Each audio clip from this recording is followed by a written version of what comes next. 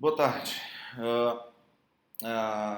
Hoje nós vamos tecer o comentário sobre as modalidades de conduta que existem dentro do ordenamento penal. A teoria finalista da ação, ela tem como característica, como nós vimos nos vídeos anteriores, ela tem como característica que o agente tenha consciência e vontade de produzir um resultado ou realizar uma ação. Se há uma necessidade de que tenha consciência e vontade, respeitando as divergências doutrinárias existentes, a única pessoa que pode cometer conduta criminosa é a pessoa física, já que o ser humano é o único que detém a capacidade do entendimento e discernimento da sua conduta. Como eu já disse, respeitando as divergências doutrinárias em relação a isso, já que tem algumas doutrinas afirmam ser a pessoa jurídica capaz de praticar uma conduta criminosa, isso segundo a Constituição Federal, seja pelo seu artigo 225, parágrafo 3º, ou pelo 173, parágrafo 5º, são crimes contra o meio ambiente e contra a ordem econômica, a ordem financeira. Apesar da Constituição Federal prever essa responsabilidade penal, a Lei 9.605, que trata sobre crimes contra o meio ambiente, ela, no seu artigo 3º, ela disponibiliza que a pessoa jurídica, para ser responsabilizada, ela precisa que as ações sejam praticadas pelos seus dirigentes ou que ela seja favorável nas ações. Ratifico o meu posicionamento, não pactuo com essa parte da doutrina, apesar de ter posicionamentos doutrinários, inclusive do Supremo Tribunal Federal, afirmando que é possível a pessoa jurídica praticar crime. Eu ainda continuo mantendo o meu posicionamento de que, em respeito à teoria finalista e ao princípio da legalidade, há uma necessidade obrigatória de que você tenha capacidade de discernimento sobre sua conduta. Diante disso, para mim, apenas as pessoas físicas dotadas de tal capacidade são capazes de cometer conduta criminosa. Se for o caso, eu gravo um outro vídeo a respeito específico sobre esse conteúdo. Mas, diante disso, passamos a ter duas modalidades de condutas, que seriam as modalidades de ação e omissão. Ação é o fazer, quando a gente faz, tem uma conduta de agir, e omissão é não fazer.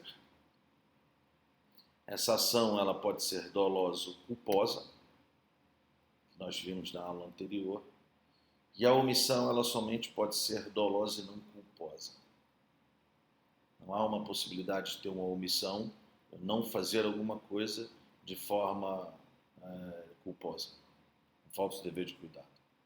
A pessoa só se omite a uma coisa quando efetivamente quer se omitir, tem o conhecimento de que deveria tomar uma atitude e, consequentemente, ele se omite, ele não faz, ele não age. A grande maioria das nossas normas incriminadoras, elas são compostas de crimes de ação ou, como vocês vão ver nos livros, crimes comissivos.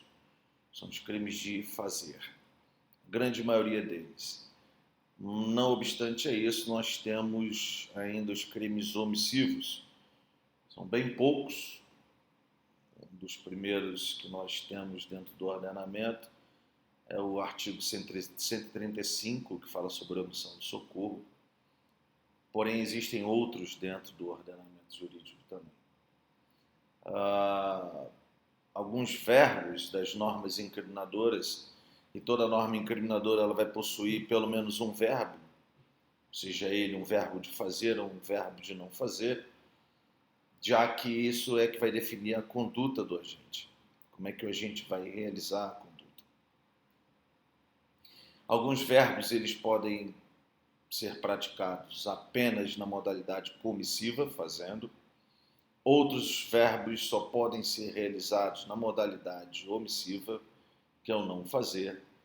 Entretanto, alguns verbos podem ser praticados tanto na modalidade comissiva quanto na modalidade omissiva.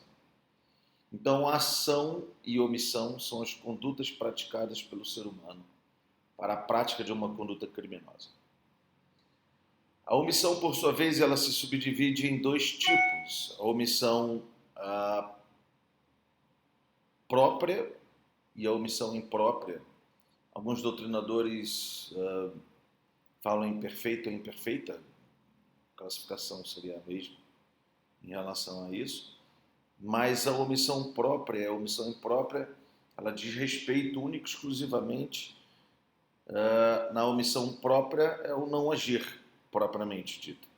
É o não fazer, é não tomar nenhuma atitude, e esse não tomar atitude seja numa modalidade ou seja considerado como um crime, seja considerado como uma conduta criminosa.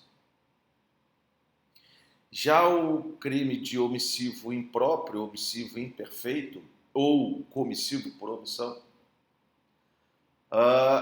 ele ocorre quando quem tem o dever de agir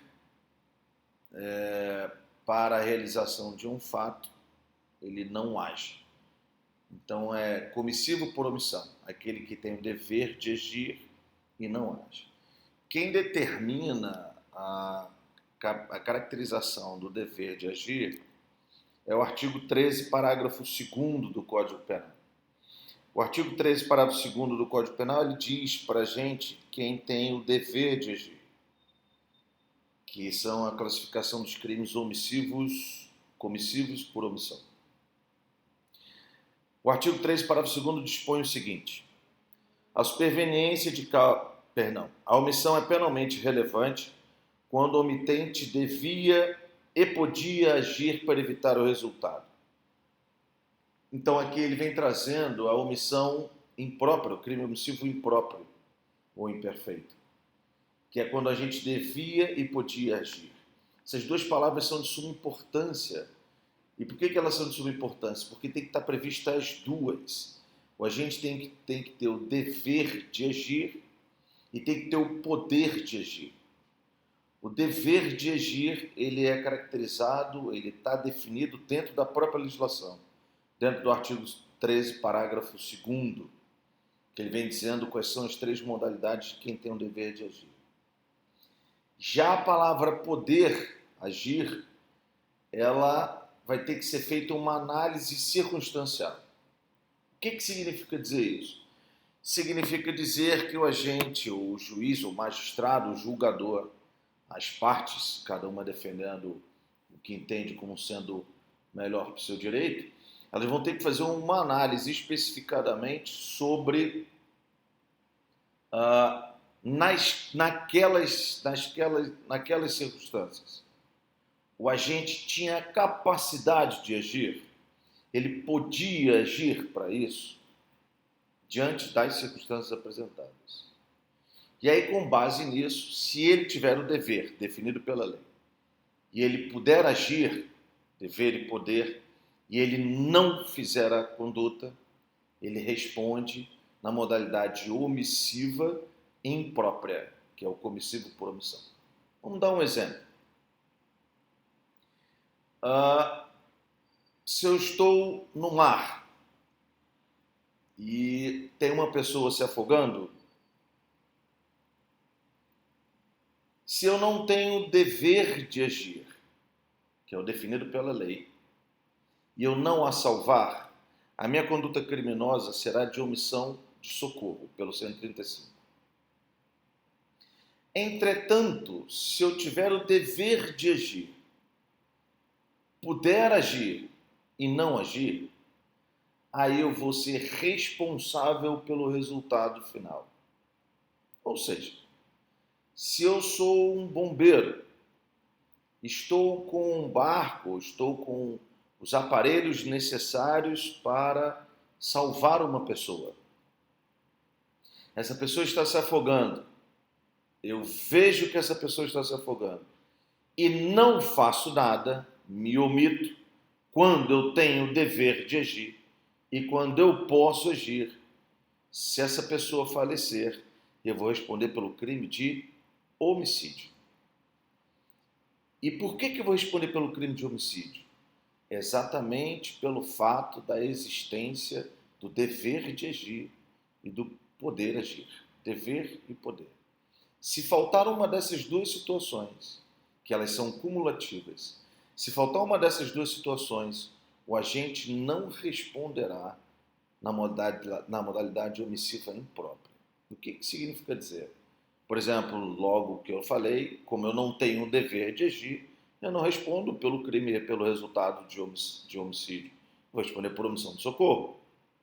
Agora vamos imaginar que eu tenha o dever de agir, mas que eu não possa agir. Vamos imaginar agora que eu sou um bombeiro, mas eu estou sem aparelho, eu estou salvando uma outra pessoa nesse momento.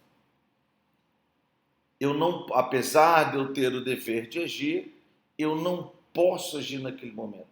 Eu não tenho as características e as circunstâncias favoráveis que determinam o poder agir.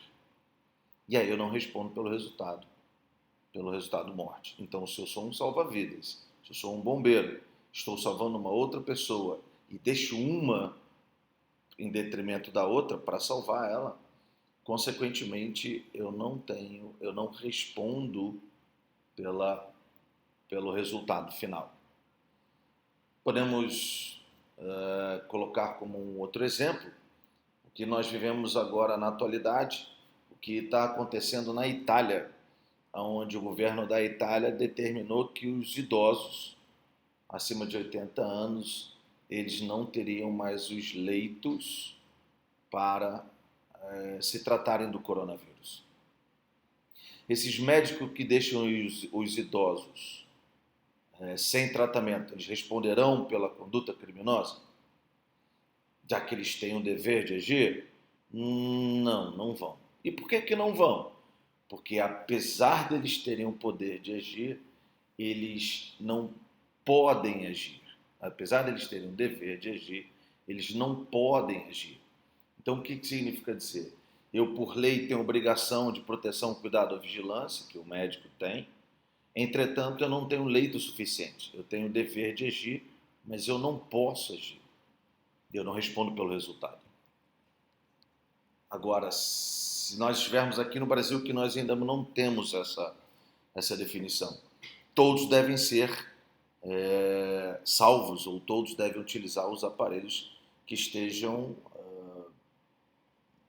aptos ao tratamento das pessoas. Se eu não fizer isso, eu tendo aparelho e sendo o médico, provavelmente vou responder por crime omissivo impróprio, onde a gente tem o dever de agir, entretanto, ele pode agir e, nesse caso, ele se omite. Esses são os crimes omissivos impróprios. Como dito no início da gravação, os crimes omissivos impróprios, eles estão previstos no artigo 13, parágrafo 2º, e o artigo 13, parágrafo 2º, determina quais são os que possuem o dever de agir. Retomo. Dever de agir é definido pela legislação. Poder agir é circunstancial, vai depender de cada uma das situações que acontecem no caso em concreto.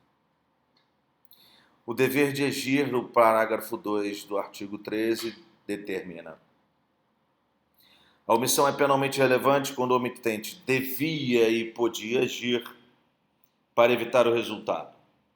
O dever de agir incumbe a quem? Aí ele traz 3 situações.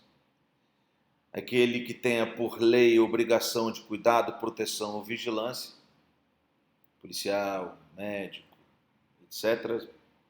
Aí a definição é pela lei. Na segunda hipótese, de outra forma, assumir a responsabilidade de impedir o resultado. Vamos imaginar o seguinte: uma mãe tem por lei o dever de guarda do seu filho, mas a partir do momento em que ele deixa o seu filho com a babá, e a babá diz que irá tomar conta da criança, ela assumiu a responsabilidade de cuidar dessa criança. Então ela passa a ter o dever de agir. E a letra C, aonde tem com seu comportamento anterior, criou o risco da ocorrência do resultado. O que significa dizer? Quando uma pessoa, realiza algo anteriormente e aí essa conduta leva a um possível resultado. Professor, não entendi. O exemplo mais fácil de ser assimilado isso é quando eu estou com uma pessoa dentro de uma piscina. Com a minha conduta anterior, criei o risco da ocorrência do resultado.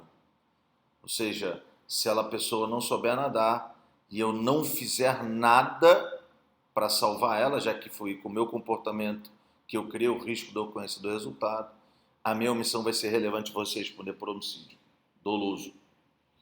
Aí vocês vão falar assim, professor, mas e se a pessoa não souber nadar? Tacou alguém numa piscina, mas ela não sabe nadar. Apesar dela ter o dever de agir, que com seu comportamento criou o risco da ocorrência do resultado, ela não pode agir. Falta para ela, segundo o elemento do omissivo impróprio. Porque ela não sabe nadar, então eu não posso exigir dela uma situação que ultrapasse o limite do razoável. Então, essas são as características dos crimes, das condutas praticadas pela pessoa física, que pode ser na modalidade de ação ou comissivo, ou omissão ou omissivo próprio ou impróprio.